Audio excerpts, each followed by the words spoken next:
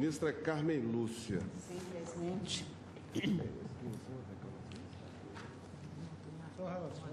Vossa Excelência quer que chame as reclamações ou a É porque acho que a ação direta tem sustentação oral. Podemos Então, as duas. ouvir a sustentação e Também. continuar depois. Relatório, sustentação e intervalo. As reclamações, então. Não Ou na ação direta. Bem. Ambas têm sustentação. Vamos fazer todas hoje, se Deus quiser. Então, a ação direta número 4.543, requerente Procurador-Geral da República, interessado Presidente da República, Congresso Nacional, Amicus Curiae, Partido Democrático Trabalhista. Haverá sustentação oral. Senhor presidente, senhores ministros, essa ação direta de inconstitucionalidade com requerimento de medida cautelar foi proposta pelo senhor Procurador-Geral da República e o seu objeto é o artigo 5º da Lei 2034, de 29 de setembro de 2009, que dispõe ficar criado, a partir das eleições de 2014, inclusive, o voto impresso conferido pelo eleitor, garantido o total sigilo do voto e observadas as seguintes regras que eu transcrevo no relatório. Na verdade, o que se tem aqui é a reintrodução do voto impresso no Brasil para confirmação pelo eleitor, sendo que a urna teria que ser mudada exatamente para fazer essa adaptação, imprimir o voto. O autor afirmou, em síntese, que as normas teriam contrariado o artigo 14 da Constituição, porque, aspas, a impressão do voto permitirá a identificação dos eleitores por meio da associação de sua assinatura digital ao número único de identificação impresso pela urna eletrônica, fecho aspas. Acentuou ainda que, ao instituir, aspas, a exigência do voto impresso no processo de votação, o qual conterá o número de identificação associado à assinatura digital do eleitor, fere o direito ao voto secreto, esculpido no artigo 14 da Constituição da República. Para o Procurador-Geral, pela norma impugnada, aspas, o voto impresso pela urna eletrônica permitirá ao eleitor a sua conferência através de um número único de identificação que associará o conteúdo do voto com a assinatura digital da urna. A garantia da inviolabilidade do eleitor pressupõe a impossibilidade de existir no exercício do voto qualquer forma de identificação pessoal, evitando-se qualquer tipo de coação. Argumenta ainda que o artigo 5º, parágrafo 5º da Lei 2034 afrontaria a expressão com valor igual para todos, constante do caput do artigo 14 da Constituição, porque, aspas, ao proibir a conexão entre o instrumento identificador e a respectiva urna, permite que essa fique constantemente aberta. O presidente da sessão eleitoral não terá qualquer interferência em liberar ou não a urna. Como não é possível ingressar na cabine de votação junto com o eleitor, haverá a possibilidade da mesma pessoa votar mais de uma vez. Fecho aspas. Requereu a cautelar e a declaração de constitucionalidade deste artigo 5º da Lei 2034 de 2009. Adotei o rito do artigo 10 da Lei 9868 de 99. A Presidente da República alegou que não existiria fumaça do bom direito nem perigo de demora para o deferimento da liminar e, no mérito, defendeu a constitucionalidade da norma impugnada ao argumento de que, aspas, a nova regulamentação ao adotar o voto impresso complementar ao voto eletrônico dá curso razoável ao poder de conformação de que dispõe o legislador ordinário para regular da forma que lhe parece mais seguro o exercício do voto, fecho aspas. E afirmou ainda que o artigo 5º impugnado não atentaria contra o voto secreto e, por conseguinte, contra a garantia essencial da independência do eleitor. Ao contrário, permitiria a auditoria do resultado eleitoral de forma independente do software e visa a resguardar de fraudes o sistema eleitoral. Fecho aspas. A Câmara dos Deputados informou que a matéria foi processada pelo Congresso Nacional, aspas, dentro dos mais estritos trâmites constitucionais e regimentais inerentes à espécie, fecho aspas, e o presidente do Senado Federal anotou que a inexistência de requisitos ensejadores do deferimento da cautelar era suficiente para que ela não fosse deferida e ainda que a inicial seria inepta, porque, aspas, baseada em premissa inexistente, o eleitor será identificado por assinatura digital. Isso não está no dispositivo impugnado. A assinatura eletrônica a qual se refere o dispositivo impugnado é da urna eletrônica, não do eleitor, como quer fazer crer a inicial. fosse do eleitor, não estaria em jogo somente o sigilo do voto, mas todo o processo eleitoral, fecho aspas. Eu admiti o Partido Democrático Trabalhista, PDT, como amicus curiae em 28 de março de 2011 e no dia 19 de outubro daquele mesmo ano de 2011, este plenário, por unanimidade, deferiu a medida cautelar e suspendeu a eficácia do artigo 5º da Lei 2034 de 2009. A Presidente da República e o Presidente do Senado ratificaram as informações em 2012 e em 2013. A Advocacia Geral da União manifestou-se no sentido da improcedência do pedido para declarar a constitucionalidade do artigo, ao argumento de que, aspas, a impressão do voto nos moldes preconizados no dispositivo questionado não possibilita a correlação entre o voto e seu autor, o que evidenciaria a ausência de violação ao direito constitucional ao sigilo do voto. E a Procuradoria-Geral da República ratificou os argumentos trazidos na inicial, e este é o relatório, senhor presidente.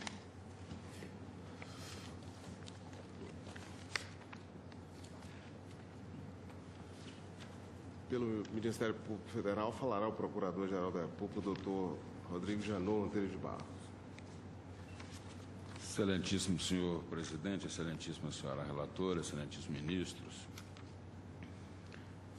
como já pontuado no relatório, a ação direta de inconstitucionalidade visa o reconhecimento da desconformidade do artigo 5º caput, parágrafo 2º da Lei 12.034 com o artigo 14 do texto da República, no que se refere ao tratamento secreto do voto. O artigo 5º caput está a se lançado e fica criado a partir das eleições de 2014, inclusive o voto impresso conferido pelo eleitor, garantido o total sigilo do voto e observadas as seguintes regras. Parágrafo 2º. Após a confirmação final do voto pelo eleitor, a urna eletrônica imprimirá um número único de identificação do voto associado à sua própria assinatura digital. A imposição concomitante do voto impresso ao lado daquele lançado eletronicamente, contendo, como visto no parágrafo 2º, número de identificação associado à assinatura digital do eleitor, vulnera, no entendimento da Procuradoria-Geral da República, o segredo do voto e compromete, reduz a liberdade de escolha do eleitor. Tem ainda um outro efeito perverso, sempre em detrimento da liberdade de escolha, dispor ao eleitor, por se tratar de espécie de voto aberto, de voto a descoberto, da possibilidade de corrupção e de intimidação, comprometendo-se, mais uma vez, a probabilidade e lisura do processo eleitoral. Não é à toa que o Código Eleitoral já há muito tipifica como crime, no artigo 295, a retenção por interessado de título eleitoral. Reter título eleitoral contra a vontade do eleitor, detenção de até 2 meses ou pagamento de 30 a 60 dias multa. A origem do dispositivo tem também esse sentido de evitar essa possibilidade de intimidação e de coação à livre manifestação da vontade do eleitor. Com mais razão, a impressão do voto ou do comprovante de voto gerará esta possibilidade de intimidação já se afastada com o artigo 295 do Código Eleitoral. O eleitor deve obrigatoriamente receber a impressão do seu voto e não seria difícil imaginar, né, a exigência, ao sair da cabine indevassável, de se pedir a ele a entrega, a consignação da comprovação de voto, do comprovante de voto, o que poderia vir a comprometer, mais uma vez, a probidade do certame, com a possibilidade de se rastrear e de se identificar a posteriori a manifestação de vontade do eleitor. Como observa Canotilho, a liberdade de voto, a liberdade de expressão do eleitor deve ser garantida não somente através da urna indevassável ou da cabine indevassável, para que não se possa monitorar o eleitor quando lança a sua manifestação de vontade, mas igualmente se proibir a possibilidade de rastreamento a posteriori daquela mesma manifestação de vontade, apta, neste caso, a inibir a livre manifestação do eleitor e comprometer a lisura do pleito. Peço vênia para citar um trecho pequeno do Canotilho, nesse particular, princípio do voto secreto. Em termos simples, o princípio do voto secreto significa que o cidadão eleitor guarda para si a sua decisão de voto. O voto secreto pressupõe, por isso, não só a pessoalidade do voto, o que excluiria, no seu devido rigor, o voto por procuração ou por correspondência, como a proibição de sinalização do voto, listas diferentes, papel diferente, urnas e etc. E aí vem o ponto. O princípio do sufrágio secreto é uma garantia da própria liberdade de voto. Além de exigir, como se disse, a proibição de sinalização do voto, pressupõe também a impossibilidade de uma reconstrução posterior no sentido da imputabilidade subjetiva do voto. Por essas razões, o Ministério Público Federal insiste e corrobora tanto a inicial quanto a manifestação lançada por escrito, esperando a procedência do pedido da presente ação direta de inconstitucionalidade. Pelo amicus curiae, Partido Democrático Trabalhista, falará o doutor Marcos Ribeiro de Ribeiro.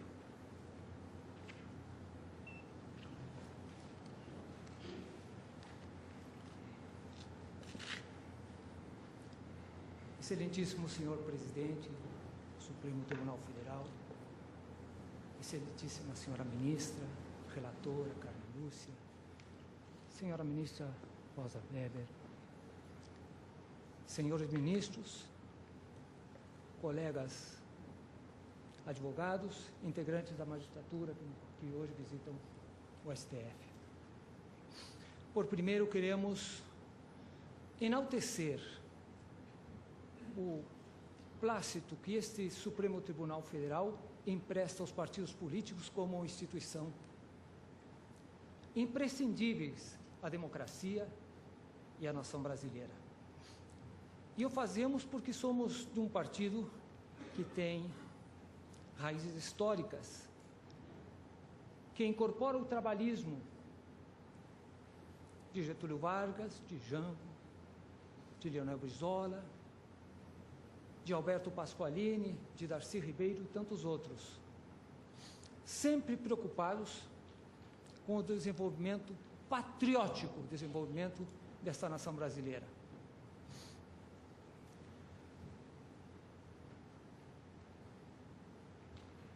O fazemos reconhecendo a grandeza de nos aceitar como amicus curiae em favor dessa legislação, desse preceito que está sendo impugnado. A matéria passou pela Câmara dos Deputados, pelo Senado Federal, pelo nosso Parlamento. Foi sancionada. E nesse ínterim houve uma tentativa de revogação desse artigo. Um procedimento que iniciou no Senado Federal, por iniciativa do senador Lindenberg Farias, do Rio de Janeiro, e vai à Câmara dos Deputados. E ali, no exercício do controle interno, recebeu inúmeras críticas, inúmeras posições, por iniciativa de um deputado nosso, deputado Vieira da Cunha, histórico companheiro do partido. Entendeu-se que haveria necessidade de aprofundamento da matéria, porque a matéria encerra conceitos técnicos que, para a maioria da população, para a maioria de nós, operadores do direito, parece como uma língua estranha, uma dessas que a história, que a literatura bíblica aponta, apenas para alguns conhecem. Então, o nosso desafio hoje é trazer este assunto tão importante para a República, porque se o poder emana do povo, então o voto tem que ser livre. Esse voto tem que estar não apenas com uma presunção de veracidade, mas tem que ter a possibilidade de uma prova matemática, como falam os técnicos, ou seja, uma prova capaz de resistir a uma auditoria independente, e uma prova que não esteja apenas no programa, mas que também seja confrontado com uma evidência documental. Confesso que eu tenho dificuldades de entender o atual estágio que estamos vivendo. Todos nós temos, inerente à nossa natureza humana, algo de transcendental, inerente à preservação da espécie. Faz com que façamos um exercício prospectivo e retroativo. E esse exercício que me assoma, me diz respeito que hoje estamos num estágio da República que somente olhando as circunstâncias históricas, lá atrás entendemos como o escravo não votava, a mulher não votava, o negro não votava. São coisas inconcebíveis.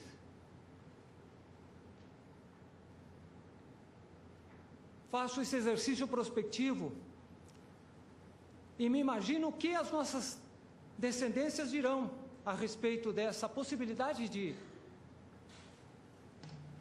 confiabilidade, de auditagem. Como será que eles vão falar a nosso respeito que permitiríamos um voto apenas na confiabilidade de um sistema, um software, que naturalmente fica vulnerável a quem o controla, que tem as chaves? E o que defendemos é que a República não pode estar na mão que abre as chaves de uma meia dúzia de pessoas, por mais honestas que sejam. E não temos razões para desconfiar do Tribunal Superior Eleitoral. Não. Também não temos razões para ser contra o uso da informática na apuração eleitoral. Não, nós somos um partido de vanguarda. E como vanguarda que somos, temos que respeitar essa progressão, esses avanços tecnológicos. Mas, ao mesmo tempo, o nosso desafio está em poder comprovar, em poder dotar a sociedade de uma verdade comprovada. Uma verdade que matematicamente possa ser posta na frente de quem quer que seja, inclusive das autoridades, porque senão aí estaria vulnerado o princípio, o Estado de Direito democrático. Não somos contra o que se denomina urna eletrônica, não. mas entendemos que uma verdade que está nos alicerces da República, porque sem isso não há República sem isso. Uma verdade tem que ser demonstrada, tem que ser factível, que possa ser demonstrada aos olhos de qualquer um. Não nos convencem os argumentos com toda a vênia ao Ministério Público, à ministra relatora, pelos quais votamos o maior respeito. Não nos convence porque há uma espécie de confusão dessa língua estranha, que é a língua técnica. Dizer que o voto impresso é um retrocesso é confundir-se, com todo o respeito, repito, é confundir-se. O retrocesso à época em que o voto era grafado e ali se fazia a contagem e se prestava um monte de irregularidades que todos nós conhecemos e muitos passamos. Não. Nós queremos que se preserve, sim, a urna eletrônica, mas que avance. Essa urna eletrônica que hoje conhecemos é de primeira geração. Ela se baseia apenas no software, na auditabilidade do software. Na segunda e terceira geração, que tem umas siglas que eu não me permito não fazer porque eu mesmo me confundo. Mas no cerne, a segunda e terceira geração está em possibilitar a impressão do voto e o eleitor não tem contato com o voto. Ele apenas está aqui na tela, muito bem. Confere, está aqui. Então ele baixa e depois, em eventual discordância, haverá um confrontamento. Qual é a diferença que existe entre a segunda e a terceira geração? É que a segunda não permite identificar, em caso de uma irregularidade, se está no voto virtual ou no voto impresso.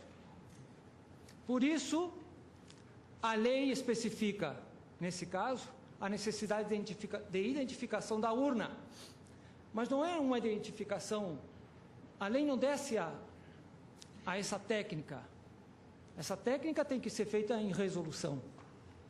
A lei apenas especifica que haja uma identificação com a urna, porque eventual inoculação de um voto pode ser em seguida identificado. Na terceira geração, quando há o confronto, a possibilidade de a própria urna faz a identificação onde está. É isso. Onde está a irregularidade.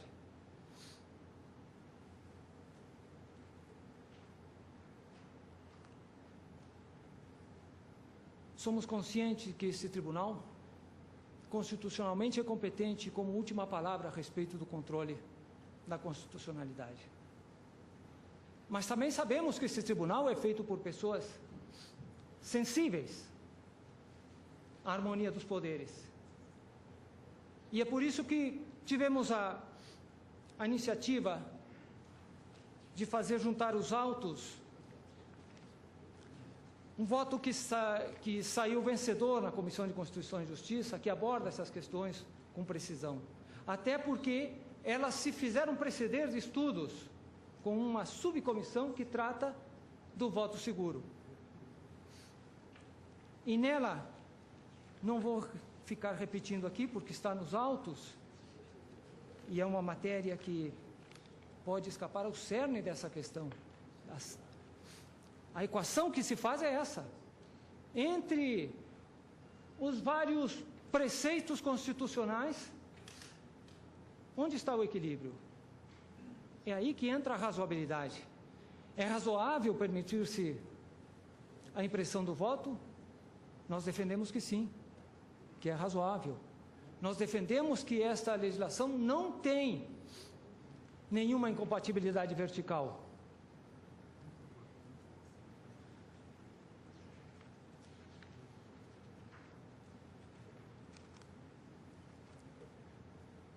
Essa matéria merece um cuidado específico, senhores ministros. E falo não apenas como advogado que me orgulho de ser do PDT, não apenas como integrante desse partido, da sua direção, não apenas como um dos colaboradores diretos de Leonel Brizola, que fomos secretário particular por quase 2 décadas. Eu falo na posição de quem está na ponta, na voz daqueles que precisam de um partido político, porque a vulneração de um cuidado, dessa verdade que deve ser garantida, na prática, ela se revela nas políticas públicas, nos políticos desonestos. Para o cidadão comum, na sua livre opção pela fé que praticam, civicamente, o Deus deles é ter saúde, é ter assistência médica, é ter estudo, é ter colégio para os seus filhos, é ter, enfim, o que qualquer um de nós que está aqui tem. E que se não fosse o estudo, nenhum de nós estaria aqui. Eu termino por aqui, senhores, que acho que o que pretendia fazer está dado com toda a honestidade cívica que se impõe. E eu, ao contrário do preceito do não retrocesso político, exarado pela senhora ministra, com todo o seu saber, que respeitamos, também o invocamos, mas para efeito contrário, para dizer que a adoção do voto com esse tipo de urna, de segunda ou de terceira geração, ao contrário, não é um retrocesso, é um avanço, e está em consonância com todos os países que adotaram a urna. Recentemente houve uma decisão da Índia, agora, em que aboliu essas urnas, que não tem o voto impresso. A corte alemã também fez a mesma coisa, não chegou a utilizá-las e declarou que sem essa impressão do voto seria inconstitucional. E nós sabemos o cuidado que tem essas cortes. Os próprios americanos não adotam. O que estamos pleiteando a favor da rigidez dessa legislação é que se atente para a veracidade, se atente para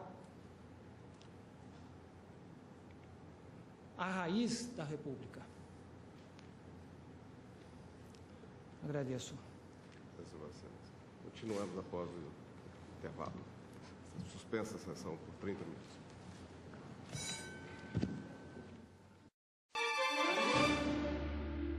De volta com o direto do plenário, já com a segunda parte da sessão plenária desta quinta-feira. Ultimamente, presidente, até porque não vou cuidar disso no voto, nem estava na ação, nem estava na argumentação, mas como foi dito da tribuna pelo eminente patrono do partido, que a urna eletrônica comportaria outros modelos, não tenho nenhuma dúvida a respeito disso, e até mesmo que haveria urnas de primeira, segunda e terceira geração. Esta é uma terminologia que é adotada por alguns setores, porque não existe geração no sentido de que uma ultrapasse a outra. O que há é modelos de urnas diferentes. Sobre isso, todos nós que passamos pela Justiça Eleitoral tomamos ciência disso, até porque cada um de nós, especialmente aqueles que têm a responsabilidade da administração, não apenas cuida de conhecer a urna eletrônica, desmonta-se até a urna para que a gente conheça, saiba como funciona em qualquer lugar, mas faz esse estudo comparado. Então, não há gerações diferentes de urnas, o que há são modelos diferentes de processos de votação, até mesmo de votações eletrônicas. Essa é uma terminologia usada por algumas pessoas, nada mais, nada menos que isso, apenas para deixar claro este dado que foi posto. E, portanto, a defesa de cada modelo, desde que ele resguarde, segundo o sistema constitucional, aquilo que é conveniente e adequado às regras e aos princípios constitucionais, é que se vai fazer a análise neste caso.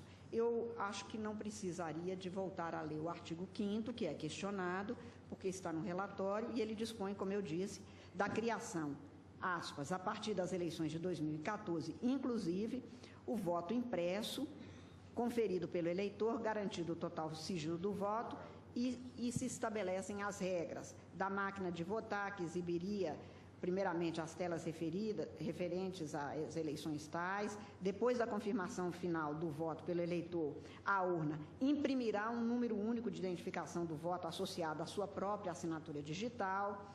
O voto seria depositado de forma automática, sem contato manual, em local previamente lacrado.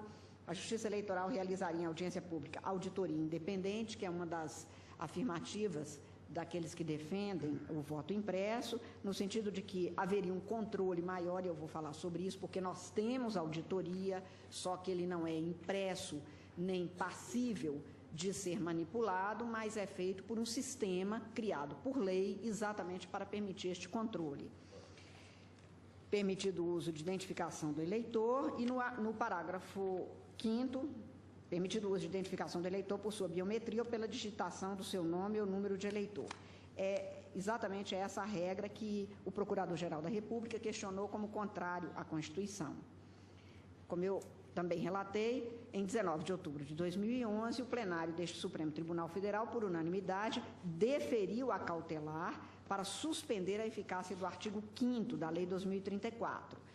E, portanto, a partir de então, suspenderam-se os efeitos dessa norma, pelo que não se tomou nenhuma providência, exatamente porque não se tinha a norma produzindo os seus efeitos validamente.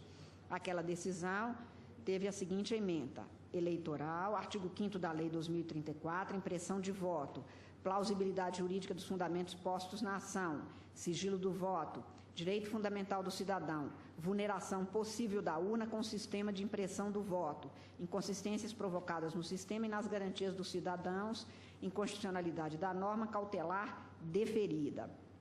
1. A exigência legal de voto impresso no processo de votação contendo número de identificação associado à assinatura digital do eleitor vulnera o segredo do voto, garantia constitucional expressa. 2. A garantia de inviolabilidade do voto põe a necessidade de se garantir ser impessoal o voto para a garantia da liberdade de manifestação, evitando-se qualquer forma de coação sobre o eleitor. 3.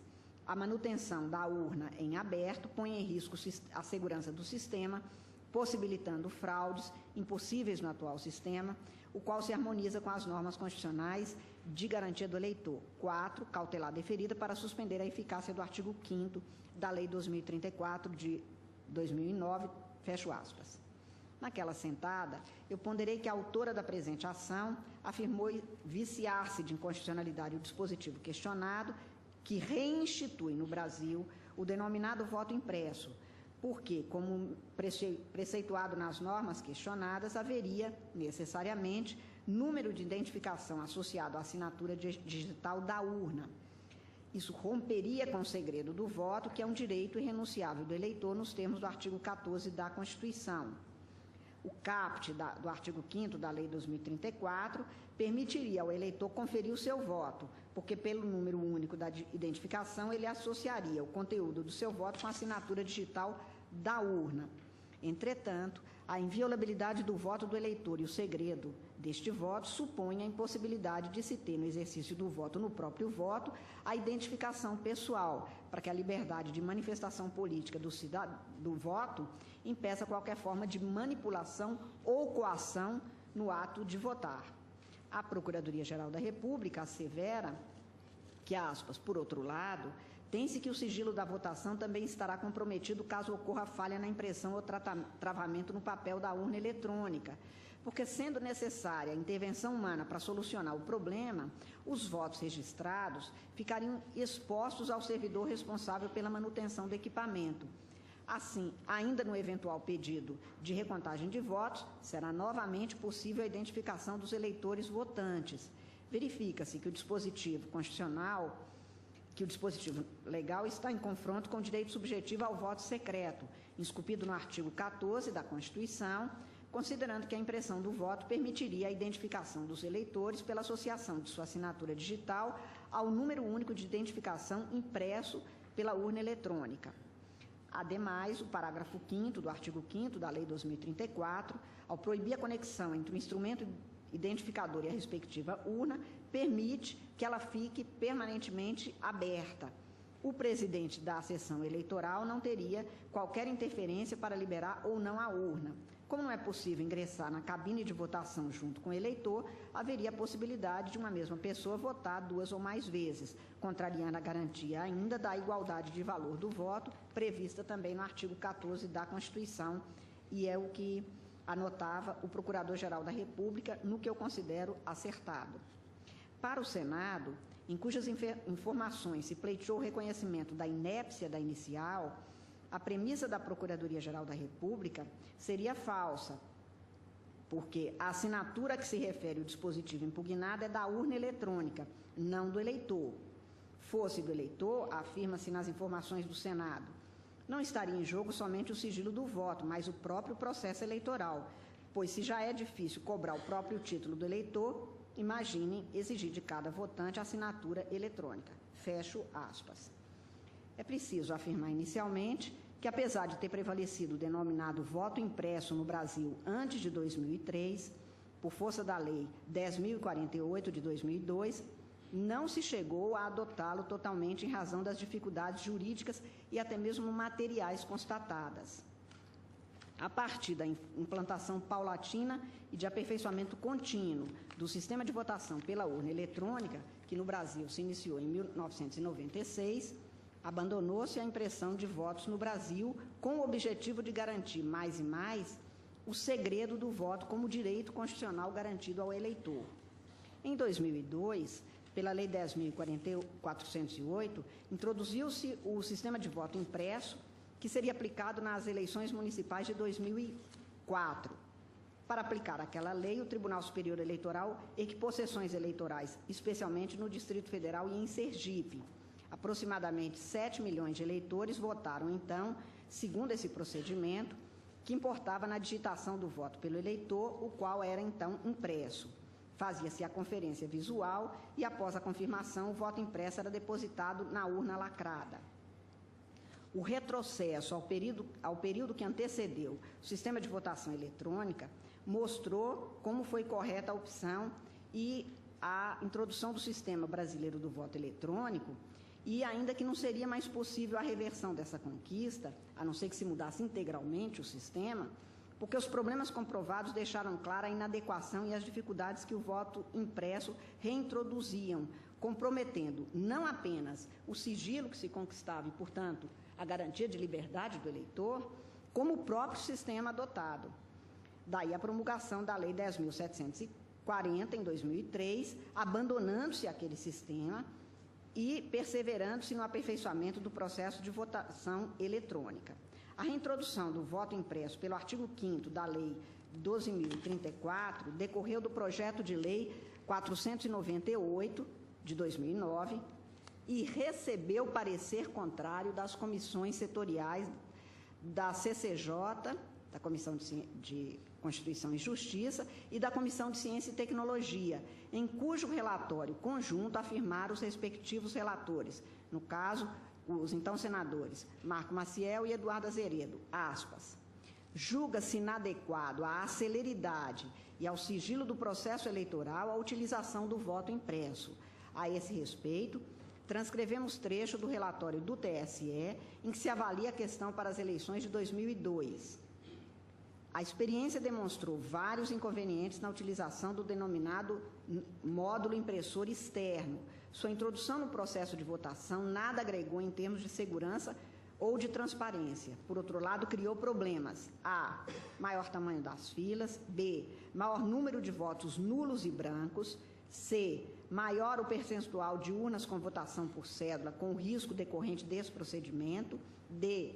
Maior o percentual de urnas que apresentaram defeitos, além das falhas verificadas apenas no módulo impressor.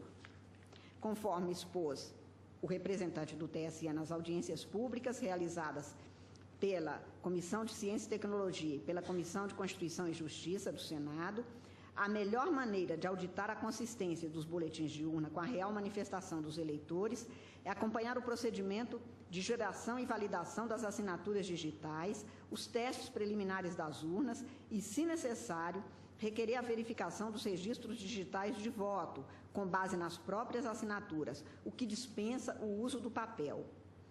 Ainda se acentuou naquelas comissões que, aspas, foi ressaltado pelo TSE a realização, desde 2002, de um procedimento de auditagem na véspera de eleição. E aí eu chamo a atenção, senhor presidente, que, ao contrário do que muita gente poderia pensar, este processo adotado no Brasil não dispensa controle nem auditoria, que acontece a cada eleição. Não é fato, vou mais longe, não é verdade que não se tenha controle, que aquilo fica na máquina e que não há como se fazer auditoria. Essa auditoria não pode ser como ela é feita a cada eleição e os dados são guardados exatamente para permitir a recontagem. Só que, ao invés de ser em papel, fica guardado em sistemas que são sistemas absolutamente inatacáveis e que não são questionados, por quem quer que seja. A utilização de componentes mecânicos acoplados ou inseridos nas urnas eletrônicas aumentará drasticamente a taxa de falha deste equipamento, que poderá exigir a votação em papel em diversas sessões. Isto se dizia nessas comissões que, como eu disse, deram parecer contrário ao voto eletrônico no Senado Federal, quando estava em trâmite o projeto de lei que veio a se converter na Lei 2034. Se anotar que a sanção da Lei 2034 teve sugestão de veto pelo Ministério da Justiça, quanto ao que veio a se tornar o artigo 5º, agora em questão. A despeito dessas ponderações, foi sancionado o dispositivo, agora questionado pela Procuradoria-Geral, que então asseverou eivado de inconstitucionalidade, uma vez que, nos termos postos na petição inicial desta ação, o voto impresso afrontaria o segredo do voto, o que é um direito constitucional fundamental do cidadão, nos termos dos artigos 14, inciso 2 do parágrafo 4º do artigo 60 da Constituição. Eu faço observações, senhor presidente, e não vou fazer a leitura integral, da referência ao voto secreto e ao voto impresso, porque no direito constitucional o voto é secreto por determinação constitucional, e este segredo de voto constitui conquista destinada a garantir a inviolabilidade do querer democrático do eleitor e a intangibilidade do seu direito por qualquer forma de pressão. Eu queria registrar, senhor presidente, e apenas registrar uma coisa que é de todos conhecida, de todos os brasileiros, que não é verdade que nós tenhamos chegado a um momento da sociedade em que não haja qualquer pressão sobre os eleitores. Muito ao contrário. Nas eleições de um ano atrás, de outubro, nós tivemos muitos problemas porque havia quem denunciasse que se exigia, por exemplo, de alguns eleitores que levassem o telefone celular para fotografar a urna e, com isso, se ter o controle de para quem ele tinha votado. Só para se ter uma ideia das dificuldades que nós temos para garantir a liberdade do eleitor e que ele não tenha que dar satisfação a quem quer que seja. Então, se, com os mecanismos que nós temos, a luta é contínua para garantir essa liberdade e segredo do voto, imagine se nós tivermos um papel que também poderá ser fotografado antes de ser deslocado. A história brasileira registrou vícios não pequenos nos processos eleitorais. A vulnerabilidade do voto era maior pela possibilidade de cobrança feita ao eleitor por pessoas que, imoralmente, cobravam o esclarecimento de ilícitos acordos firmados e a cobrança de, aspas, escusos compromissos, o que somente deixou de ser possível, a cada vez mais, com o sistema de votação eletrônico. O segredo do voto foi conquista impossível de retroação e a quebra desse direito fundamental do cidadão posto no sistema constitucional a partir da liberdade de escolha feita pelo cidadão, nos termos do artigo 14, configura afronta à Constituição. A impressão do voto fere exatamente este direito. E eu acentuo, senhor presidente, que, registro mais uma vez, não é que não se queira, não se possa, de alguma forma, ter o controle. Eu acho que o sistema constitucional exige até o controle dos resultados das votações, mas isto é garantido no Brasil, no nosso sistema. Não é livre para votar quem pode ser chamado a prestar contas do seu voto. E essa espúria prestação de contas supõe haver dever, a que não pode o cidadão se sujeitar que ele não deve a ninguém nem se compadece a não ser com sua própria consciência. O voto é espaço de liberdade cidadã, que não pode ser tolhido pelo exigir do outro, não pode ser trocado pela necessidade do eleitor, não pode ser negociado pela vontade de quem quer que seja, porque então todo o sistema estaria viciado. Por isso é que o voto é livre e secreto. E esse segredo não pode ficar à mercê de prestação de contas, de comprovação do ato a ser demonstrado a terceiro, sob as mais diferentes causas e as mais escusas justificativas, nunca democráticas. A urna é o espaço de liberdade mais seguro do cidadão. Nada lhe pode ser cobrado, dele não se pode exigir prova do que foi feito ou do que tenha deixado de fazer. A cabine é o espaço de garantia do cidadão, da sua escolha livre e inquestionável por quem quer que seja. A impressão do voto é prova do seu ato. Se o ato é próprio e inexpugnável, qual a necessidade dele e qual a sua coerência com os princípios constitucionais? Se não se há de prestar contas porque o ato é personalíssimo, o papel serviria para quê num sistema que permite e que se dota de mecanismos de controle, como demonstradas centenas de vezes? Por isso é que me parece ter razão a Procuradoria-Geral da República ao acentuar na petição inicial desta ação que, aspas, a garantia da inviolabilidade do eleitor pressupõe a impossibilidade de existir no exercício do voto qualquer forma de identificação pessoal, a fim de que seja assegurada a liberdade de manifestação, evitando-se qualquer tipo de coação. Por outro lado, afirma também, e estou em que tem razão a Procuradoria, tem-se que o sigilo da votação também estará comprometida caso ocorra falha na impressão ou tratamento do papel na urna eletrônica. Isto porque, sendo necessária a intervenção humana para solucionar o problema, os votos registrados até então ficarão expostos ao servidor responsável pela manutenção do equipamento. E no eventual pedido de recontagem de votos neste momento, no caso da impressão, será novamente possível a identificação dos eleitores votantes, fecho aspas. Daí afirmar a Procuradoria-Geral da República que estaria vulnerável o direito constitucional subjetivo ao voto secreto, porque, aspas, a impressão do voto permitirá a identificação dos eleitores pela associação de sua assinatura digital ao número único da identificação impresso pela urna eletrônica, fecho aspas.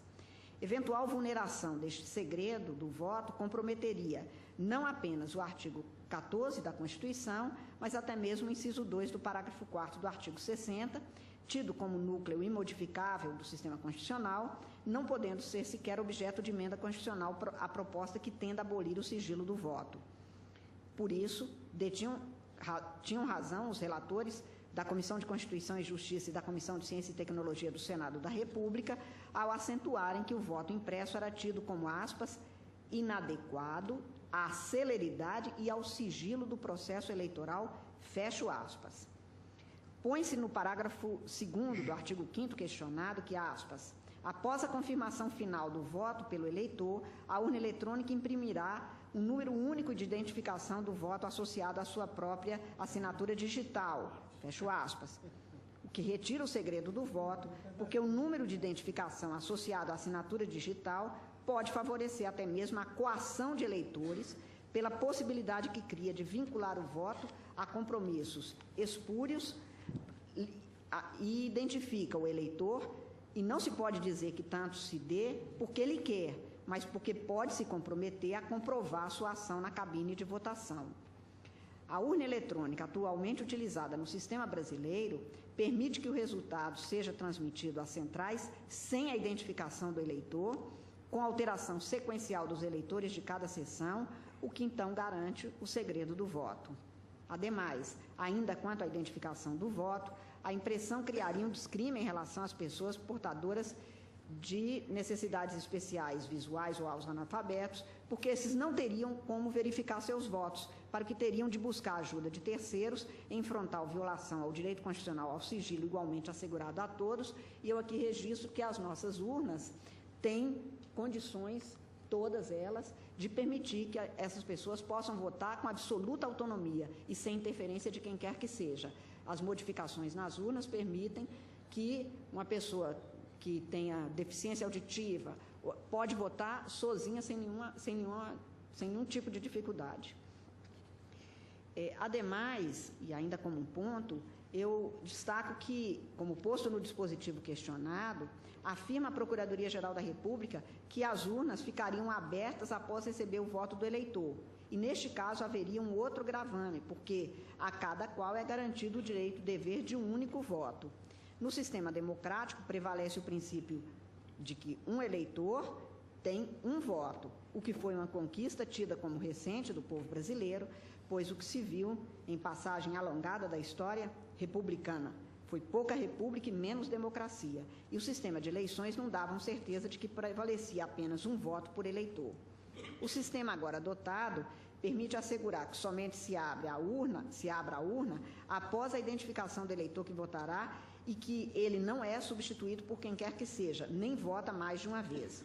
O presidente da sessão dá o comando de abertura da urna quando identificado o eleitor na mesa e a inserção do número do seu título. Procedida a votação do eleitor, a urna é fechada. Assim, ela não recebe outro voto, garantindo-se que ninguém que não o eleitor entre ou permaneça na cabine durante a votação. Mais ainda, garante-se que a urna não recebe mais de um voto do mesmo eleitor ou de terceiros. Vedada a conexão entre o instrumento de identificação e a respectiva urna, o parágrafo 5º do artigo 5º da Lei 12.034 possibilita a permanência da abertura da urna. Não mais caberá ao presidente da sessão eleitoral liberar ou não a urna, pelo que poderia o eleitor, na solidão da cabine, votar mais de uma vez, contrariando assim também a garantia constitucional da unidade eleitor e voto. Este princípio constitucional, entretanto, é o que sustenta a democracia representativa como desenhada no sistema brasileiro, dotando-a de legitimidade inconteste e dando segurança a toda a sociedade, o que se extrai das urnas, porque ali se sabe que o que foi desejado e ali posto pelo eleitorado é o que é, ao final, garantido. E eu lembro, mais uma vez, então, presidente, que diante de qualquer questionamento, se tem a possibilidade de se fazer o controle dos resultados. Independente de qualquer loa ou manifestação favorável ao sistema adotado pelo Brasil, o que é certo é que se tem reconhecido como um sistema superiormente adequado à garantia da moralidade e da eficiência das votações. O modelo brasileiro de votação não sofre contestação, senão eventual, que é posto de maneira respeitosa pelo amicus curiae. Eu queria apenas aqui acentuar, porque foi acentuado também em documentos, que outros estados não adotam o sistema brasileiro. Foi citado aqui os Estados Unidos. Cada povo escolhe o seu modelo de democracia e o seu modelo de eleições.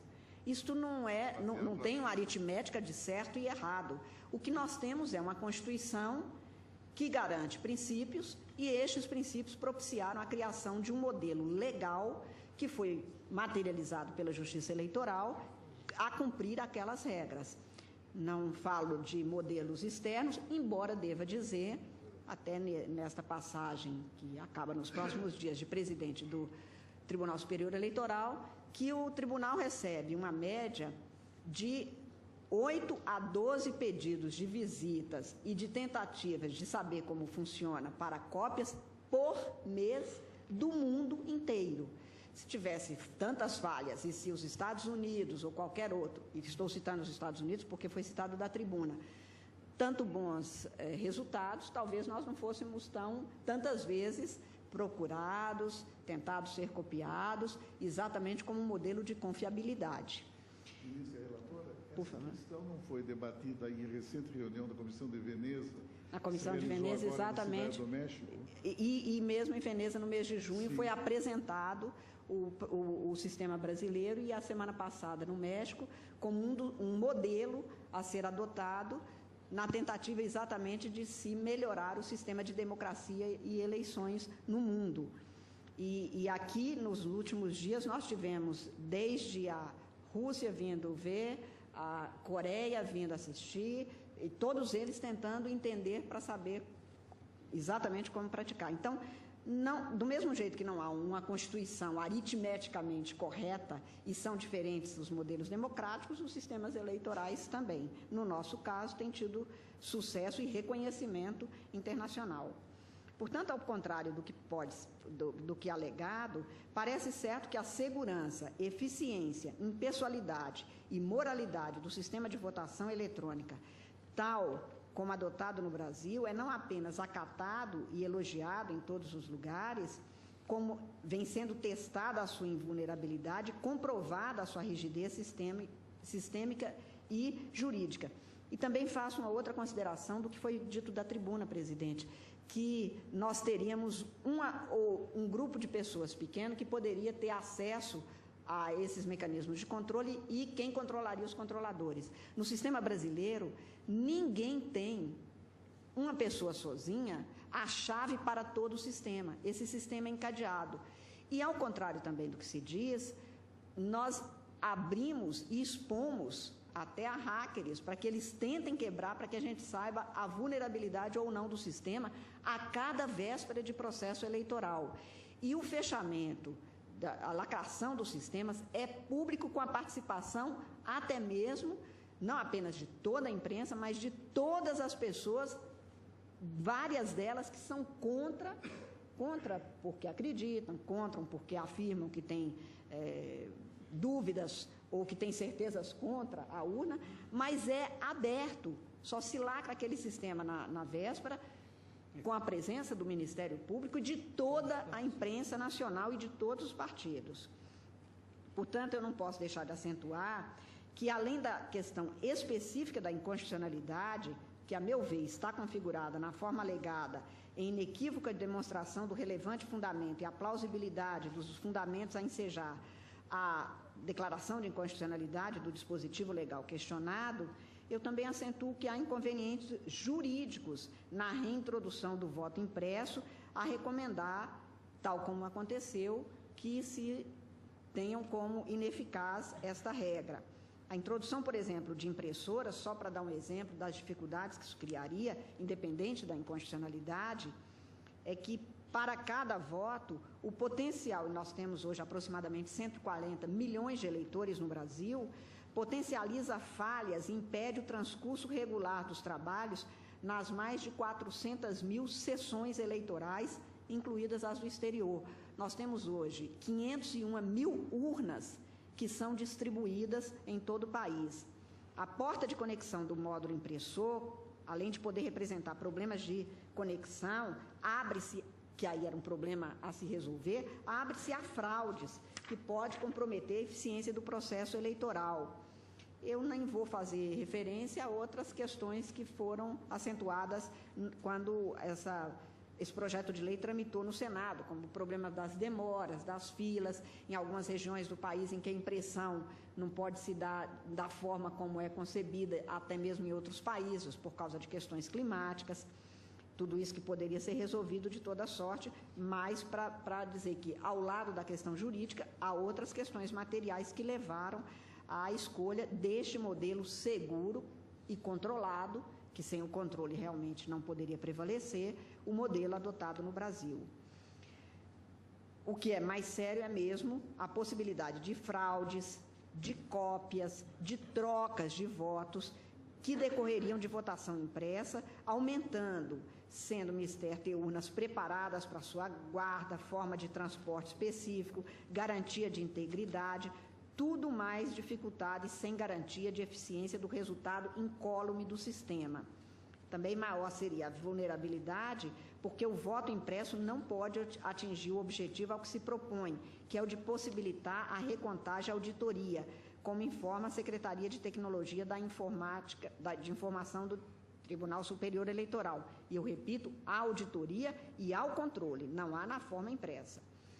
Afirma a Secretaria de Tecnologia da Informação do TSE, aspas, no caso de uma recontagem, a simples perda de um pedaço de papel poderá causar inconsistências, podendo gerar impugnação da sessão eleitoral, criando um novo tipo de vulnerabilidade do sistema, que pode ser explorada no reduto eleitoral do candidato opositor, provocando a anulação da urna.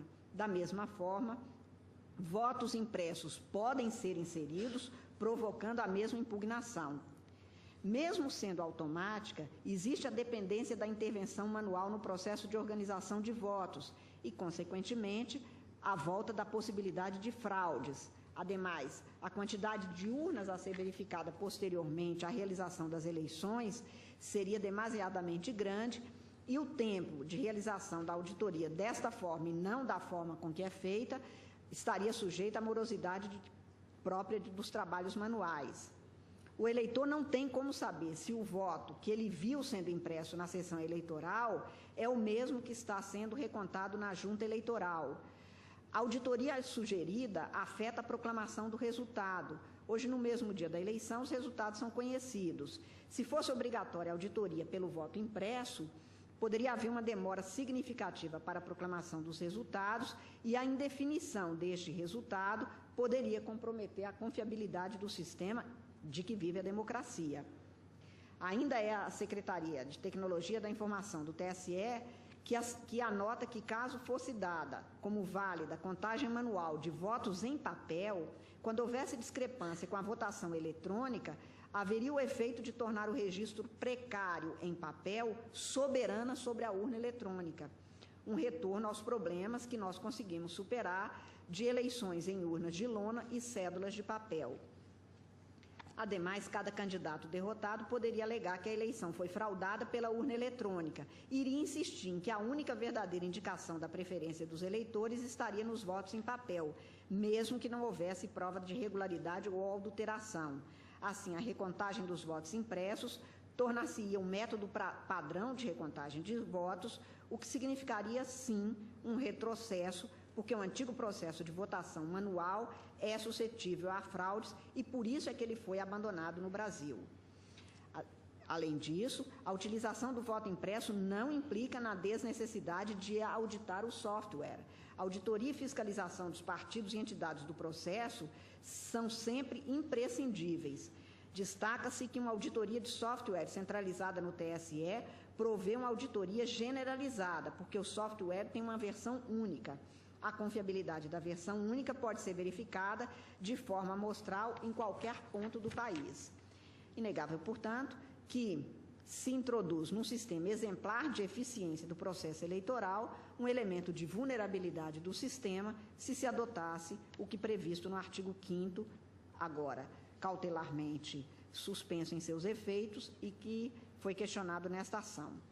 Deixo de fazer referência, senhor presidente, a outros problemas como de logística e de custos, porque seriam problemas a serem solucionados realmente e que não teriam maior conotação para o resultado desta ação. Mas o que é certo é que a eficiência do sistema estaria colocada em risco. Desde 1996, a Justiça Eleitoral elabora e implanta, com aperfeiçoamento continuado, rigoroso sistema de segurança, paralelamente ao processo de informatização, garantindo-se total inviolabilidade e transparência da votação eletrônica. No segundo semestre de 2010, os veículos da imprensa noticiaram a avaliação positiva do Brasil pela Unesco no sistema da inovação tecnológica e a urna eletrônica foi um dos fatores positivos da avaliação, porque se baseou em dois mecanismos de singular importância, a assinatura digital e o resumo digital. O primeiro, a assinatura digital, é técnica criptográfica que busca garantir que o programa de computador da urna não foi modificado, não perdeu suas características originais por falha na gravação ou leitura. E com a assinatura digital se tem a garantia da autenticidade do sistema gerado pelo TSE. E o segundo mecanismo do resumo digital, também uma técnica criptográfica, assemelha-se a um dígito verificador. Na urna eletrônica, os resumos digitais de todos os arquivos são calculados e posteriormente publicados no portal do TSE, confirmando assim a transparência na votação eletrônica. A Lei 10.740, de 2003, que instituiu o registro digital do voto, revogou os dispositivos da Lei 10.408, que determinavam a impressão do voto. A inovação permite que os votos sejam armazenados digitalmente, da forma como foram escolhidos pelo eleitor, resguardando-se, como disse, o sigilo do voto. É possível recontar os votos de forma automatizada, sem comprometer o segredo da votação, nem a credibilidade do processo eletrônico. E eu estou acentuando tanto o controle, porque o controle é imprescindível, mas o controle existe no Brasil, só que na forma de votação automática. Nos termos da legislação eleitoral vigente, os interessados podem auditar o sistema eletrônico de votação antes, durante e depois das eleições. Por isso é que nós temos o instrumento de segurança a garantir a auditoria da urna eletrônica sem necessidade de implantação do voto impresso, a realização da denominada votação paralela. Um dia antes das eleições, a Justiça Eleitoral sorteia algumas sessões de votação em todo o país. Essas urnas escolhidas são retiradas das sessões de origens, levadas para o Tribunal Regional Eleitoral, instaladas em salas com câmeras de filmagem. Promotores de justiça, representantes dos partidos, jornalistas e outras pessoas convidadas participam da votação, preenchem certa quantidade de cédula de votação até atingir o número total de eleitores daquela sessão. Esses votos em cédula são depositados em urnas de lona lacrada e, na votação paralela, como ocorre no dia da eleição, a urna eletrônica inicia a votação a partir das 8 horas da manhã. O conteúdo das células é digitado nas urnas eletrônicas sorteadas, as câmeras filmam a digitação do número no teclado e os votos também são registrados em um computador. Ao final, a comissão de votação paralela verifica se os votos inseridos na urna de lona são os mesmos dos registrados na urna eletrônica, em processo monitorado por uma empresa de auditoria externa, acompanhado pela imprensa, pelo Ministério Público, pela OAB e por fiscais dos partidos. Os fundamentos, portanto, presidente, que me conduziram, no que fui, naquela ocasião, unanimemente acompanhada pelos senhores ministros, a suspender cautelarmente o artigo 5º da Lei 2034, mantêm-se rígidos, confirmaram-se nesse tempo que transcorre desde aquela sentada, pelo que eu estou votando no sentido de julgar procedente a presente ação e declarar inconstitucional o artigo 5º da Lei 2034 de 2009. É como voto, senhor presidente. Ministro Barroso.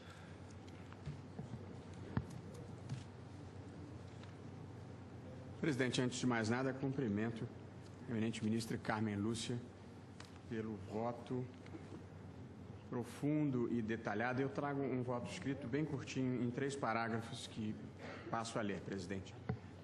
Em linha de princípio, considero plausíveis as alegações de que a presente ação direta não ataca, não propriamente a Lei número 12.034 de 2009, e sim uma eventual aplicação desastrada que a ela se poderia dar. Da mesma forma, é importante que o Poder Judiciário conserve uma postura de humildade institucional, sendo deferente às escolhas do legislador que não sejam claramente irrazoáveis. Não basta, portanto, que o Tribunal considere a medida legislativa redundante, inconveniente ou simplesmente custosa, sendo necessário que se demonstre violação específica a determinada norma da Constituição. Esse ponto foi enfatizado nas bem elaboradas informações prestadas pelo Senado Federal e exigem a reflexão desta Corte. Sem prejuízo desses registros teóricos, e como demonstrado no denso voto da ministra Carmen Lúcia, haveria um risco efetivo à confiabilidade do sistema eleitoral por diversas razões.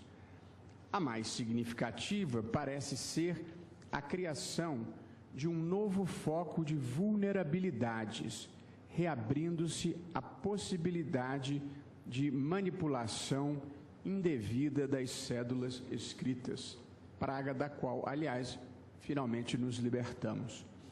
Como é de conhecimento geral, o sistema eletrônico foi concebido justamente para superar ou minimizar esses riscos, sendo reconhecido mundialmente como modelo de inovação bem-sucedida.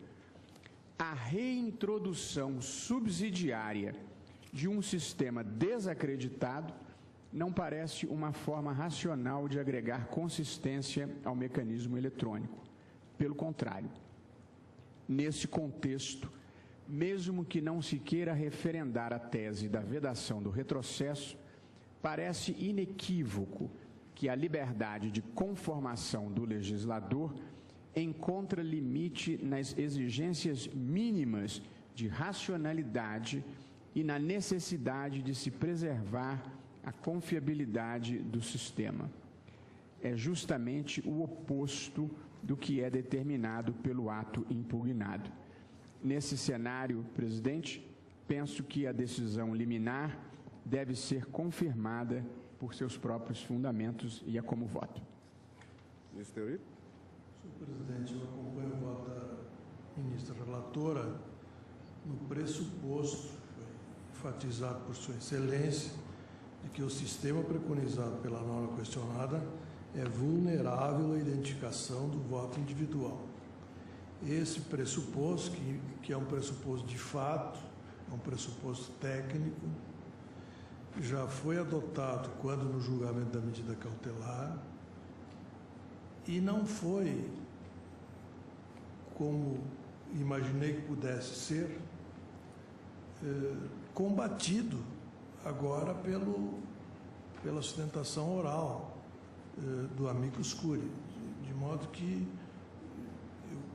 esse pressuposto eu parto dele para julgar procedente nos termos do voto da relatora. Ministra Rosa Weber. Também eu, senhor presidente, declaro a inconstitucionalidade do artigo 5º da Lei 12.034, de 2009, julgando procedente a presente ação direta de inconstitucionalidade e louvando o voto, como sempre, cuidadoso, brilhante, exaustivo da eminente relatora, ao qual eu nada tenho a acrescentar. Fux.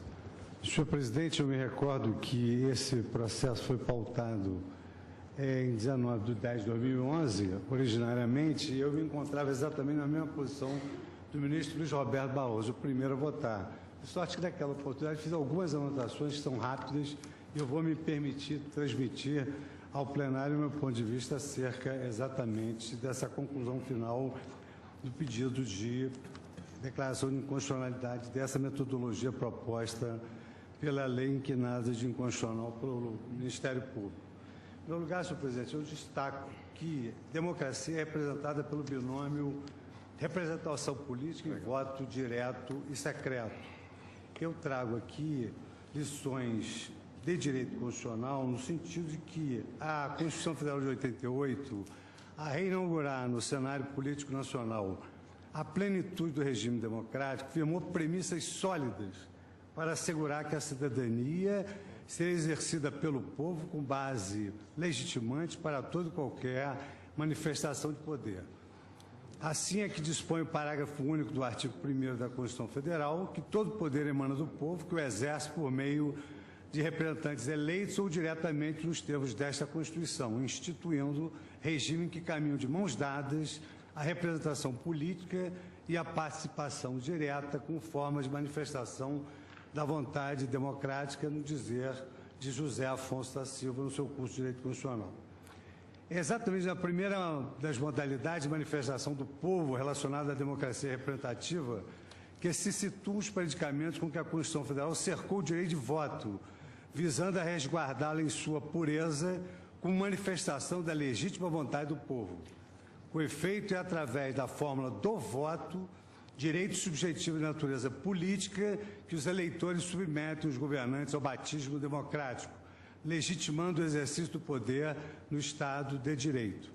Deste modo, tornar o voto, considerado como instituto jurídico absolutamente desprotegido das interferências advindas do legislador ordinário ou mesmo do legislador constitucional, resultaria, em última análise, em fraudar a própria integridade do regime democrático, contaminando-a em sua raiz. Então, muito embora eu também concorde com o ministro Barroso sobre a deferência que devemos ao Legislativo, em certos casos é preciso realmente que o Supremo Tribunal Federal exerça essa função contra-majoritária, ou seja, contra a Casa do Povo, naquelas hipóteses em que há, digamos assim, o ferimento de um direito fundamental, como só ser o direito de voto direto e secreto.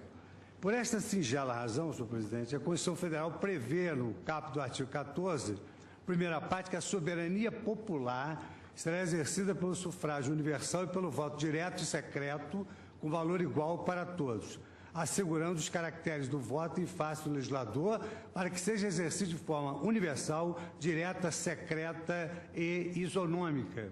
E esta é uma barreira que impede essa liberdade legiferante. De outro lado, a proteção do regime jurídico do voto como fonte legitimante das instituições republicanas é proclamada também pelo artigo 60, parágrafo 4º, inciso 1º da Constituição Federal, que inibe, em sendo cláusula pétrea, qualquer tentativa de abolir, ainda que pela via de emenda à Constituição, o voto direto, secreto, universal e periódico, assim elevando os caracteres do voto à condição de elemento chamado núcleo duro da identidade da Constituição Federal de 1988, insuscetível, a fortiori, de manipulação na vigência do atual regime. De modo particular, a tese sustentada na presente demanda reclama análise à luz da cláusula constitucional do voto secreto, que se contrapõe ao chamado voto aberto, ostensivo ou a descoberto. A regra que tutela o caráter secreto do voto busca assegurar a liberdade de escolha do eleitor, mitigando a suscetibilidade a que se referiu o Ministério Público a perseguições políticas ou de voto que busca assegurar a liberdade de escolha do eleitor, conjurando dessa perseguição eventual de grupos à margem, ou seja, grupos marginais. E em última análise, uma técnica instrumental de moralização do processo eleitoral, inibindo a corrupção e a intimidação do eleitor, na forma descrita por Joaquim Francisco de Assis Brasil, que destacou na famosa obra Democracia Representativa do Voto e Modo de Votar, de 1931, exatamente aquilo que representou a preocupação demonstrada pelo Ministério Público na sua sustentação oral. O voto a descoberto pode ser arrebatado ao seu portador por esses dois modos principais, compra e intimidação. A compra só é possível quando é também possível a dação, isto é, a entrega da mercadoria ao comprador. Ora, no domínio do voto secreto, o vendedor não pode entregar mercadoria ao comprador, logo não pode haver compra e venda. Só algum inocente compraria um voto invisível e inverificável, e os corruptores eleitores poderão ser acusados de tudo, menos de inocência. A hipótese da intimidação pode, mutatis mutandis, ser sujeita ao mesmo raciocínio. Só é eficiente quando o opressor pode verificar o voto da sua vítima, ora o voto secreto é inverificável, logo não é matéria de intimidação. Isso consta, então, da obra de Joaquim Francisco de Assis Brasil, que eu destaquei exatamente para justificar a gênese do voto secreto. Cito também passagens de Rui Barbosa no sentido que o voto secreto, na verdade, é uma servidão a favor do próprio votante e o segredo da sua própria independência. Enfim, ele assegura que o recato do voto tornou-se axioma da civilização moderna, configurando verdadeiro retiro espiritual do cidadão eleitor. Nesse mesmo sentido, senhor presidente, eu não vou ler, mas eu transcrevo aqui, nessas passagens que faria naquela oportunidade, a manifestação do ministro Gilmar Mendes na ADIM 3592, também referente ao voto secreto. Assento ainda, senhor presidente, porque eu vi isso da tribuna e com muita lucidez a ministra Carmen Lúcia, no seu brilhante voto, deu, digamos assim, uma resposta judicial adequada, no sentido de que cada país tem o seu modelo.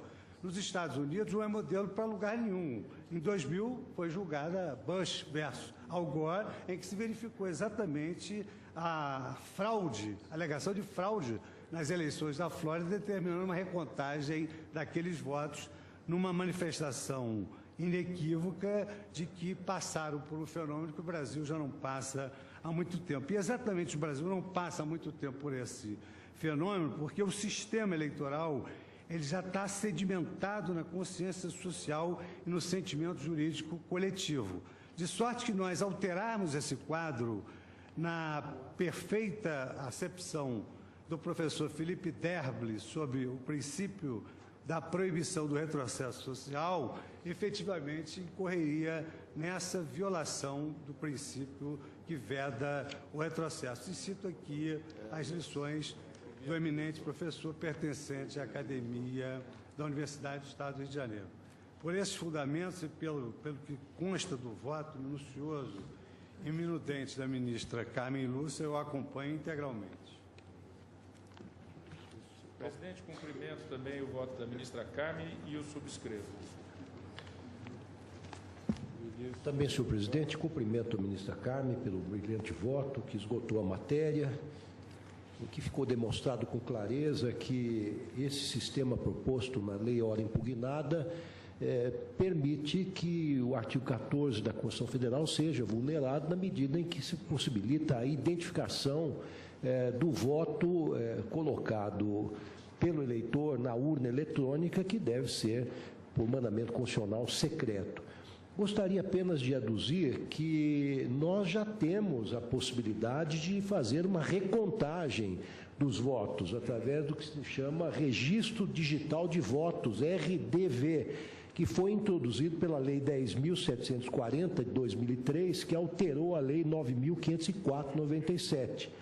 Acrescentando um parágrafo ao artigo 59 dessa Lei 9.504, que diz exatamente o seguinte: a urna eletrônica disporá de recursos que, mediante assinatura digital, permitam o registro digital de cada voto e a identificação da urna em que foi registrado, resguardado o anonimato do eleitor.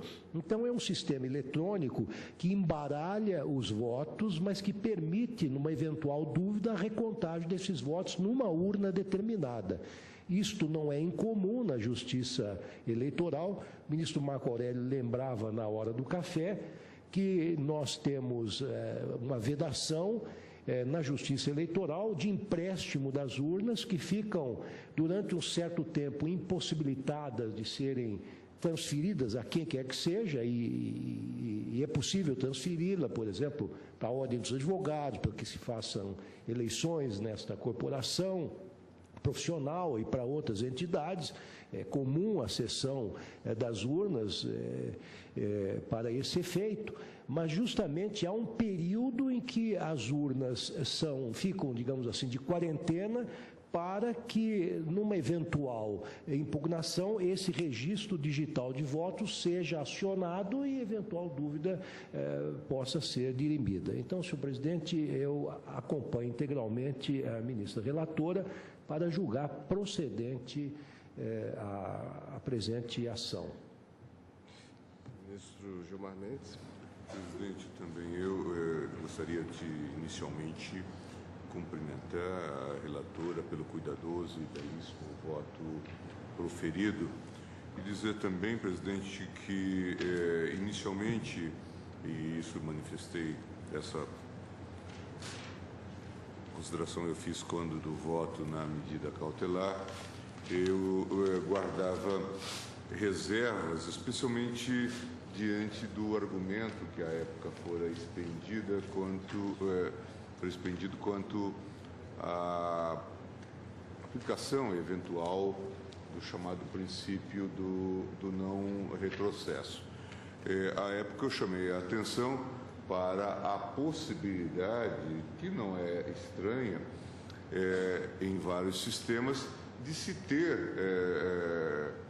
dotar o legislador da discricionariedade de escolher meios, modos, formas diversos de fazer essa verificação, tendo em vista as desconfianças que surgem em torno de uma temática tão importante, em que não só a controlabilidade, mas a própria crença das pessoas na infalibilidade do sistema compõe um pouco essa cultura constitucional. Na medida em que há desconfiança, é preciso que para superá-la, sob pena de nós comprometermos, de alguma forma, a legitimidade de um processo que é vital, essencial para a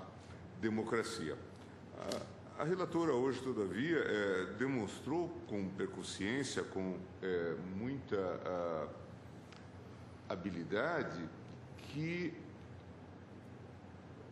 o sistema hoje já é dotado de inúmeras cautelas, o ministro Lewandowski acaba também de fazer referência, que permite essa contraprova, essa necessidade eventual de verificação, e isso já se dá pelo meio eletrônico, né?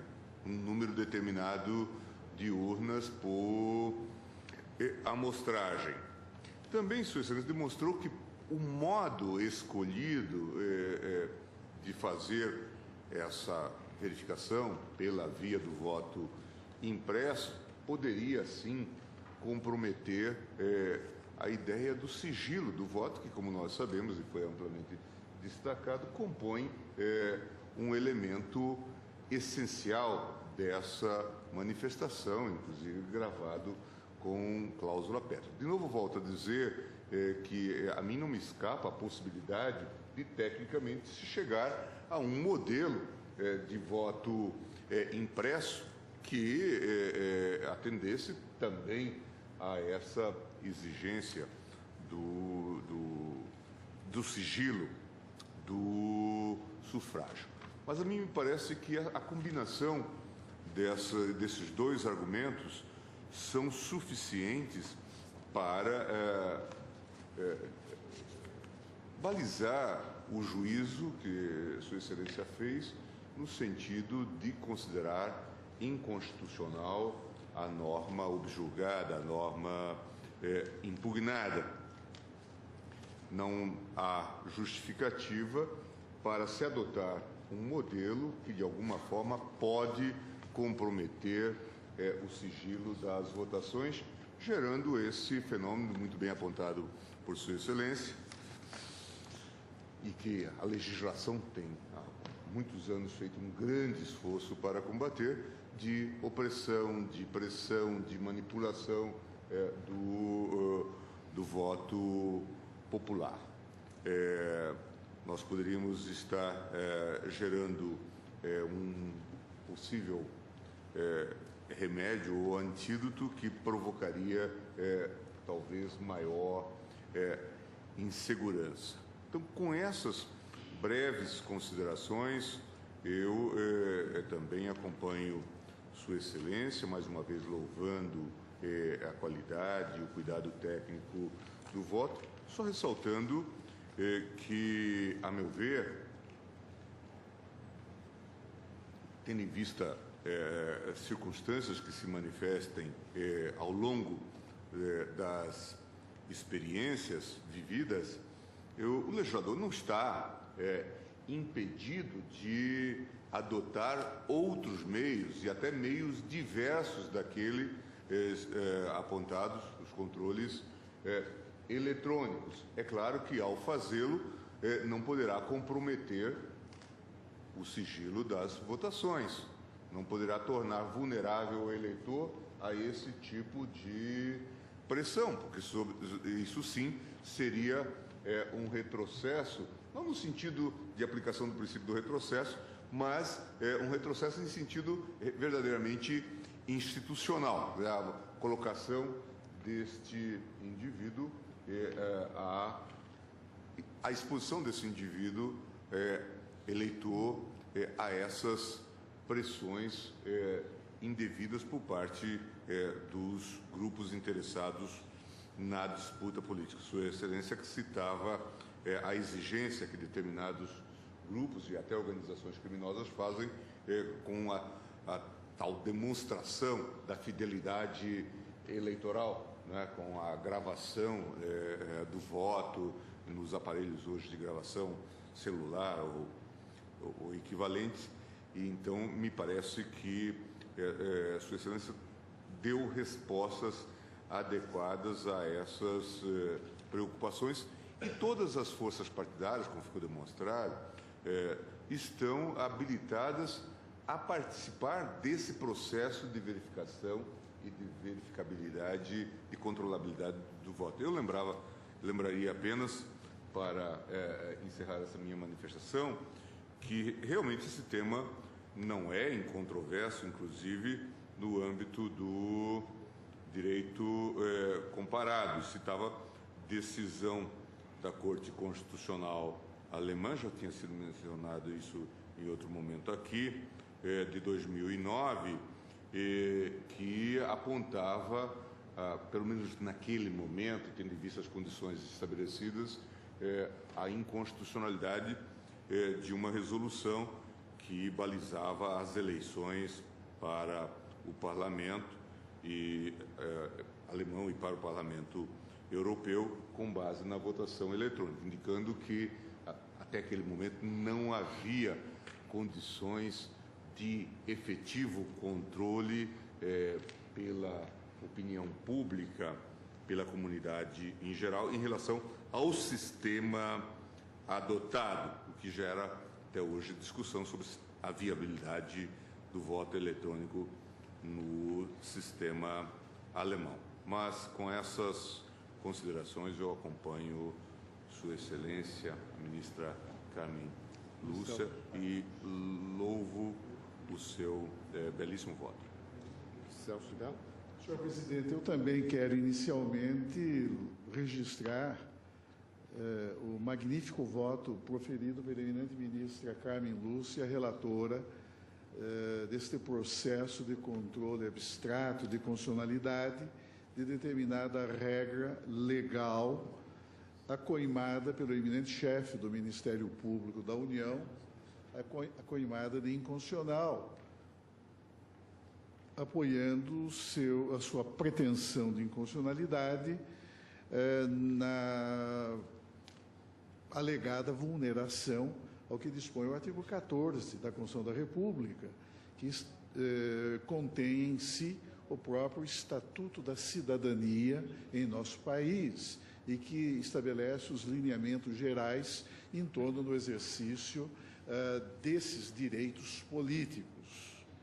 O saudoso ministro Edmundo Lins, que também foi presidente do Supremo Tribunal Federal, certa vez, em voto lapidar, referindo-se aos direitos políticos, assim se pronunciou a respeito deles, afirmando em julgamento que são direitos políticos os que, pressupondo no indivíduo a qualidade de cidadão, lhe outorgam a participação na vida constitucional do Estado, isto é, na formação e na administração do seu governo ou na investidura dos seus poderes soberanos. E, nesse contexto, distinguia entre sufrágio e voto. O sufrágio caracterizado pela sua universalidade e o voto desempenhando uma importantíssima função instrumental, qual seja a de viabilizar concretamente o exercício do direito de sufrágio. E sabemos que tem sido longo e muitas vezes acidentado o itinerário histórico do voto e do tratamento normativo a ele dispensado no processo político brasileiro. Surgindo visível, no entanto, um processo de constante aperfeiçoamento institucional de sua regulação em nosso sistema jurídico. Eu até diria que marco de grande relevo jurídico e de significativa importância histórica reside, como todos sabemos, na própria Lei Saraiva, editada já no final do segundo reinado, há 132 anos, mais especificamente em 1881. A Lei Saraiva, de autoria do político liberal baiano, que foi presidente do Conselho de Ministros, José Antônio Saraiva, introduziu profunda reforma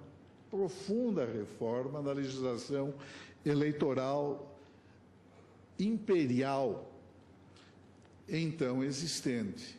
Estabeleceu uma série de inovações e que representaram passos decisivos nesse processo de aperfeiçoamento institucional do sistema de escolha dos mandatários políticos.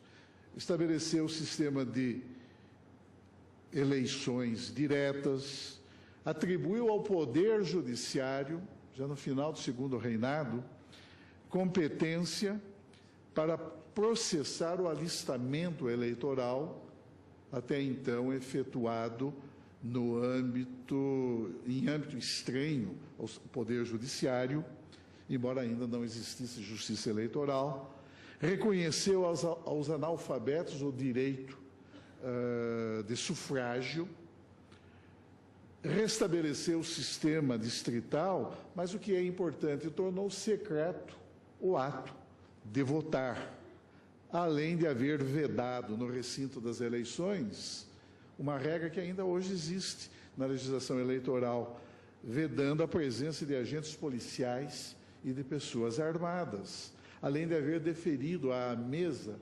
receptora a incumbência dela própria apurar os votos recebidos, o que também consta da legislação eleitoral, mas sem qualquer caráter de inovação, porque já a legislação imperial, fundada na Lei Saraiva, já previa essa possibilidade. O voto aqui foi dito, e foi dito com absoluta correção pela eminente ministra relatora, representa um direito fundamental do cidadão. O sigilo do ato de votação traduz uma garantia institucional que assegura ao cidadão a liberdade de escolha. E mais,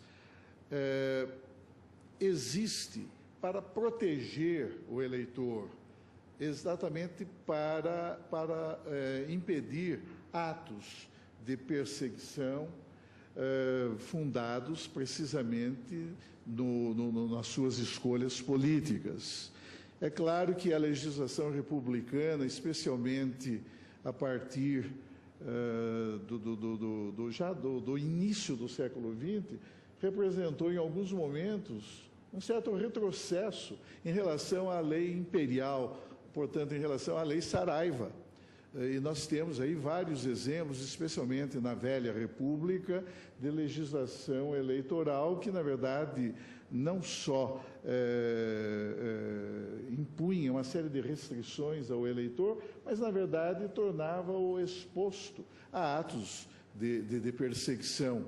Então, nós tínhamos aí os famosos votos de cabresto e votos que eram, na verdade, conduzidos e orientados pelos chefes políticos locais, pelos coronéis e pelos oligarcas das várias regiões deste país. A partir da Revolução de 30, nós sabemos, houve uma sensível evolução nesse panorama.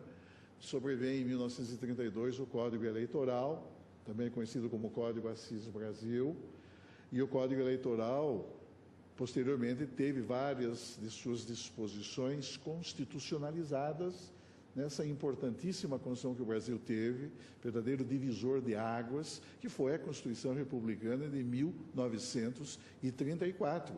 E a Constituição de 1934 teve a virtude de estabelecer, nesse grau mais elevado de positividade jurídica, a organização da justiça eleitoral, o reconhecimento explícito do direito de voto em favor das mulheres e de qualquer maneira, sempre proclamando o caráter sigiloso do ato de votação. Na verdade, como aqui já foi dito, a mera possibilidade teórica, ainda que mínima, de que o sigilo do ato de votação se torne devassável, basta, a meu juízo, para legitimar a formulação por parte desta Corte de um juízo de inconstitucionalidade. Não se pode transigir numa matéria tão sensível como essa. E todos sabemos, é absolutamente desnecessário dizê-lo, mas a importância do sigilo do ato de votação é tão relevante que a própria legislação eleitoral estabelece a sanção da nulidade da votação, é o que diz o artigo 220 do Código Eleitoral, quando preterida a formalidade essencial do sigilo dos sufrágios. E mais, o próprio Código Eleitoral estabelece uma tutela penal do sigilo da votação, ao tipificar o crime de violação do sigilo. E tão grave é esse comportamento delituoso que o legislador parificou a punição, sendo irrelevante que se cuide de mera tentativa. Violar ou tentar violar o sigilo do voto constitui crime eleitoral, tal como tipificado no artigo 312 do Código Penal, do Código Eleitoral.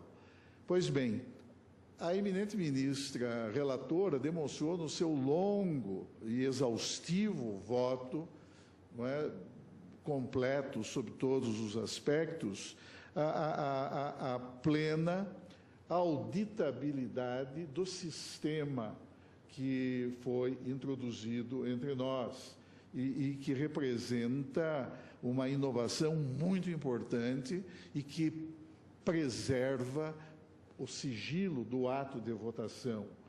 Há a possibilidade de controle prévio, de controle concomitante e mesmo de controle posterior. Portanto, há um sistema de permanente fiscalização desse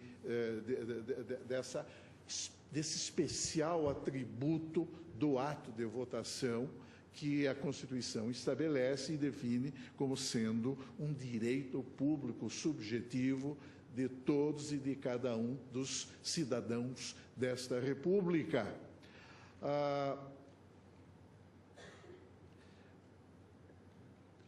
A ministra Carmen Lúcia, por sua vez, também destacou um aspecto que é realmente importante quando salienta que tem razão o eminente Procurador-Geral da República quando, ao deduzir a sua pretensão de inconstitucionalidade, acentua, precisamente nesta ação direta, que a garantia da inviolabilidade do eleitor pressupõe a impossibilidade de existir, quanto ao exercício do voto, que representa o instrumento viabilizador do direito de sufrágio, qualquer forma de identificação pessoal, a fim de que seja assegurada de modo sempre amplo, de modo pleno, a liberdade de manifestação, evitando-se desse modo qualquer tipo de coação. E indica as razões pelas quais a implementação da regra inscrita no artigo 5º do diploma legislativo, ora questionado, poderia trazer embaraços ou restrições a esse modelo que busca preservar a qualquer custo o sigilo do ato de votação. Daí a frase da eminente ministra Carmen Lúcia, já hoje proferida, e que reafirma a passagem do seu voto quando da outorga do provimento cautelar pelo plenário desse tribunal, ao afirmar que a eventual vulneração, não há necessidade de que se comprove efetiva ou real vulneração. Como falei, a mera possibilidade teórica, ainda que remota, não importa, mas a mera possibilidade teórica de transgressão a esse importante postulado constitucional não apenas compromete aquilo que estabelece, de modo muito claro, o artigo 14 da Constituição da República, e que contém em si, repito, o próprio Estatuto Constitucional da Cidadania, na medida em que dispõe sobre as cláusulas gerais em torno da denominada liberdade de participação, portanto, do exercício dos direitos políticos pelos cidadãos do país, mas a eventual vulneração desse segredo do voto, do sigilo constitucional necessariamente inerente ao voto nesta República Democrática, não só comprometeria o artigo 14, mas também o que dispõe o próprio artigo 60, parágrafo 4º, inciso 2º da Constituição, uma vez que a regra legal em questão realmente introduz um fator de vulnerabilidade do sistema de registro da votação e ofende não apenas essa liberdade fundamental assegurada constitucionalmente ao cidadão, mas, na verdade, traduz uma frontal colisão com cláusula pétrea, que torna, na verdade, insuscetível de modificação essa conquista básica da cidadania brasileira. E, por isso, um outro aspecto que foi também discutido neste processo e foi referido nos votos aqui proferidos, reside precisamente no fato de que a questão também foi analisada sob a égide do postulado que veda o retrocesso em matéria de direitos fundamentais. Normalmente, esse postulado tem sido discutido e debatido no âmbito dos direitos sociais, mas, na verdade, a doutrina tem estendido esse princípio essencial à preservação de direitos fundamentais, em geral, qualquer que seja a dimensão em que tais direitos se projetem. E é evidente que, alcançado um determinado nível de evolução na própria conquista desses direitos, e mesmo na sua formal positivação, não tem sentido que o legislador possa recuar e, na verdade, a si mesmo, suprimir, ainda que parcialmente, parcelas expressivas de conquistas políticas, de conquistas jurídicas, de conquistas históricas do maior relevo. Então, vê-se que a regra do artigo 5º do diploma legislativo, ora em exame,